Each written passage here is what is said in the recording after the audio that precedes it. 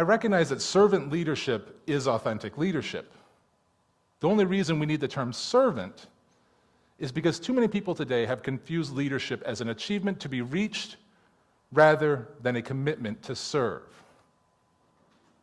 You see, leadership is not easy at all. But digital media today makes leadership easier than ever before. Leadership is not easy, but digital media makes it easier than ever before. Here's why I think that. The first real occurrence of leadership is back in the nomadic era, right? We have basically caveman era, where leadership is largely one way, small groups. Then we hit the agricultural era, where we started as human beings to bring our food to us, and leadership structures start to emerge. The Apostle Paul lived during this time, and he realized that digital media that he didn't have, the closest thing he did have was writing letters. Next, we hit the printing press, but it's still one way. Then we hit the broadcast era, TV and radio. With TV and radio, you can reach thousands, even millions of people in new formats, but still one way, until now. Now we have digital media, and in the digital media era, we have the first opportunity to get feedback from the entire organization you were trying to reach. Oh, sure, you might not be getting one-on-one conversations with thousands or millions of people, but you can have a one-on-one conversation with one person that is rated, ranked, liked, +1, all the feedback you can think of by the entire organization that wants to be a part of that message. Leadership is not easy, but digital media makes it easier than ever before. But why should we care about it? Let's take a look at the people who understand this concept. Whether or not they're leaders, certainly whether or not they are servant leaders, there are people out there who are using this opportunity. Up to about 10,000 followers in digital media, we have this group. And again, this is a selective group, obviously, but we have the Apostle Paul I mentioned earlier, right? If he were alive today using digital media to reach about the same number of people he was doing very effectively given the time to reach with his letters, he'd be up to about 10,000 followers at this time. 100,000. Our very own Hope College, up to about 100,000 followers. Way to go, Hope. Does anybody recognize the other one up there, though? That's ISIS Media Network.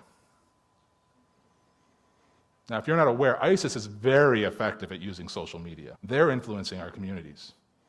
1 million. Trinity Broadcasting Network, the largest Christian broadcasting network in the world, has up to about 1 million followers in digital media. Anybody recognize the other one? That's Al-Manar News, which is essentially Hezbollah's media news outlet. Up to about 1 million digital media followers. They also are affecting our global communities and influencing them through digital media. 20 million digital media followers. Yay, Pope! Somebody not quite so much like Pope, though, is Charlie Sheen. Paris Hilton. Not people I think of as great role models for the youth of today. But they're also influencing about up to 20 million. Then we hit the major leagues, 75 million followers on digital media. I don't know about you guys, but I have to teach my 3-year-old not to stick his tongue out all the time, and then I gotta have Miley Cyrus on the screen all the time. Thanks, Miley. Leadership is not easy. It never will be. But digital media is an opportunity that makes it easier than ever before. Every leader that's come before you would have loved to have had this tool available to them to be more effective leaders. Before I leave today, I want to give you one more story. This is Kirsten Bond. Kirsten works with digital prosthetics, bionic prosthetics. She works with some of the most advanced technology for amputees, upper limb amputees. I asked Kirsten, I said, Kirsten, in your research, in your work with your patients, what is it that makes someone more effective at adapting the new technology, more likely to be successful with the technology? She said, without a doubt, it is someone who is excited about the power and the potential of the technology.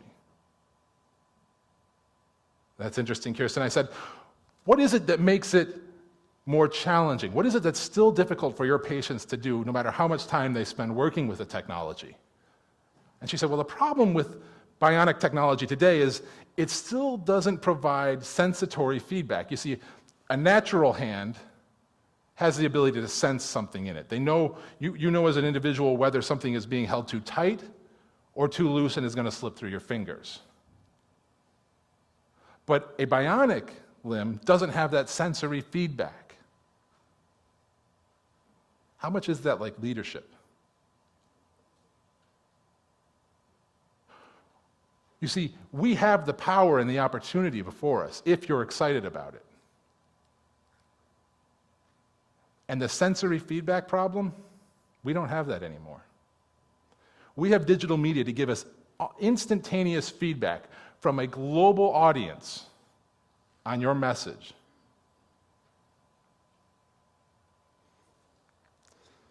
So the next time you're on social media, think about how you are using this opportunity and this potential to leverage stakeholders in our communities and to be a more effective servant leader. Thank you.